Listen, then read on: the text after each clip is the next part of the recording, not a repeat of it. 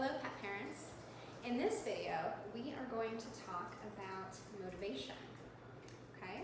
So this is not only motivation just for your dog, but this might be a little bit of motivation for you too, but we're mostly gonna focus on motivations for your dog. Did you know that dogs, just like people, have different motivators? So we typically tend to think that dogs are only motivated by food. Okay, well, sometimes I get the question, Casey, or I get the statement, Casey, my dog doesn't care about food. They're not motivated by food. Okay, fair enough, fair enough. Your dog might not consider food to be the most valuable motivator.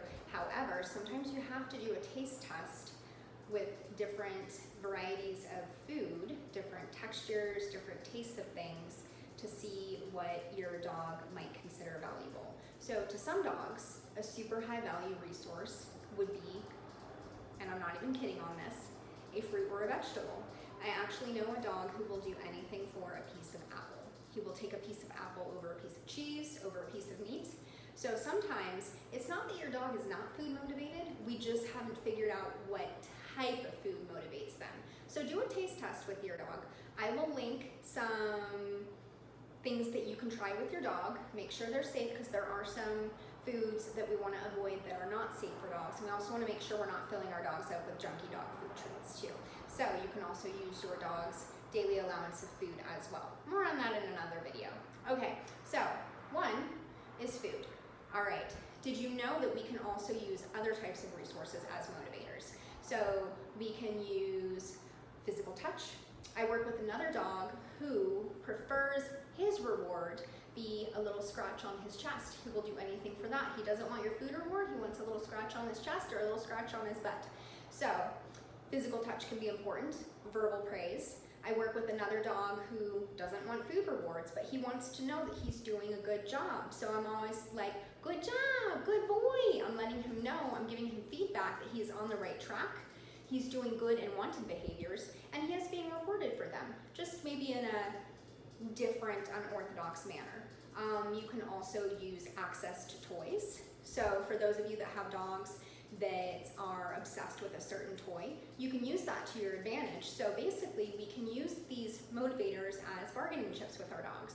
So you do something I like, so for instance, I'm cueing you to do a behavior. If you do something I like, cue you to do the behavior, then I will do something you like. I will give you access to the resource or the motivator.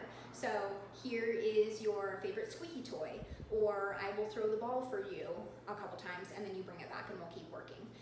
Also, access to games. A lot of dogs like to play games.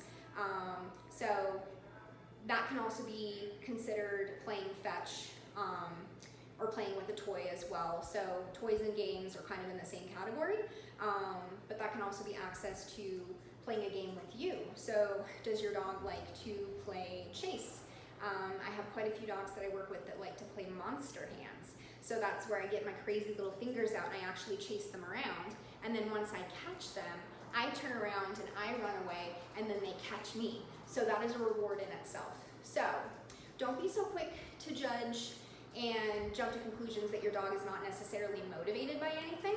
We just have to try a few different things and a few different things within those categories. Again, circling back to the food, your dog might value something that you haven't given them before. So I know another dog who loves blueberries. Blueberries are definitely her jam. So some dogs work for cheese, some dogs work for deli meat, pepperoni, it just kind of depends. Also, it depends on the context of the situation.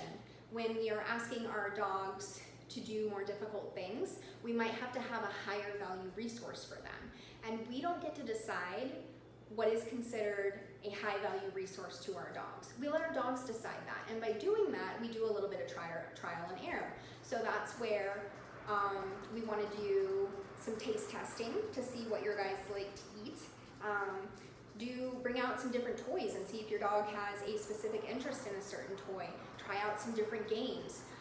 You might discover a thing or two about your dog that you didn't know before. So this is going to be an opportunity for you to really get to know your dog. So have fun with this, you guys.